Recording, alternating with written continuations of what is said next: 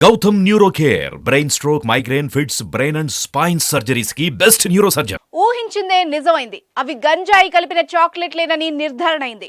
కొత్తూరు ప్రభుత్వ పాఠశాల విద్యార్థులు స్కూలు సమీపంలోని పాన్ డబ్బాల్లో చాక్లెట్లు కొనుగోలు చేసి తిన్న తర్వాత మత్తులోకి జోగడం, వింత వింతగా ప్రవర్తిస్తూ ఉండడం తెలిసిందే.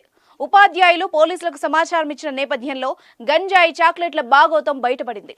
విద్యార్థుల వింత ప్రవర్తనతో పాటు మత్తులోకి జారుకునేలా చేస్తున్న చాక్లెట్లు గంజాయి కలిపినవేనని పోలీసులు నిర్ధారించారు.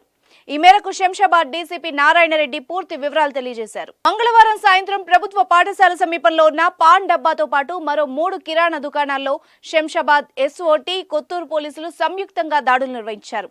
ఈ దాడుల్లో 8 కేజీల బరువు కలిగిన చార్మినార్ గోల్డ్ మున్కా అనే పేరుతో ఉన్న 42 చాక్లెట్ల డబ్బాలు స్వాధీనం చేసుకున్నారు. వీటి విలువ 1,30,000 ఉంటుందని నిర్ధారించారు. చాక్లెట్లను తీసుకుని విక్రయిస్తున్న 3 అరెస్ట్ చేసి రిమాండ్కు తరలించారు. అసలు ఈ గంజాయి చాక్లెట్లు ఎక్కడి నుంచి వచ్చాయంటే ఒడిశా రాష్ట్రం జస్పూర్ జిల్లాకు చెందిన ధీరేంద్ర బహేరా కొత్తూరులోని పరిశ్రమల్లో కార్మికుడిగా పనిచేసేందుకు కొంతకాలం కిందట వచ్చాడు.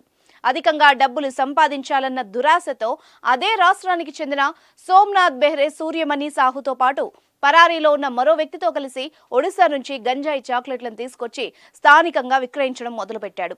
ప్రభుత్వ పాఠశాలకు సమీపంలో ఓ పాన్ డబ్బాను ఏర్పాటు చేసి విద్యార్థులకు దాన్ని నెమ్మదిగా అలవాటుగా మార్చాడు. అంతేకాకుండా సమీపంలోని మరికొన్ని కిరాణా దుకాణాల్లో కూడా వాటిని కార్మికులు, కళాశాల విద్యార్థులకు విక్రయిస్తున్నారు.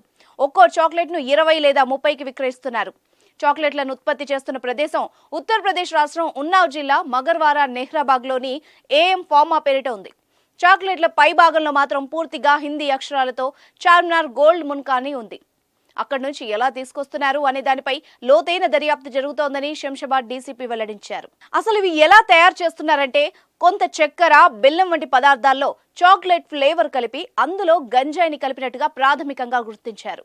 ఎవరైనా ఇలాంటి చాక్లెట్లు విక్రయిస్తే పోలీసులకు సమాచారం అందించాలని డీసీపీ నారాయణరెడ్డి కోరారు.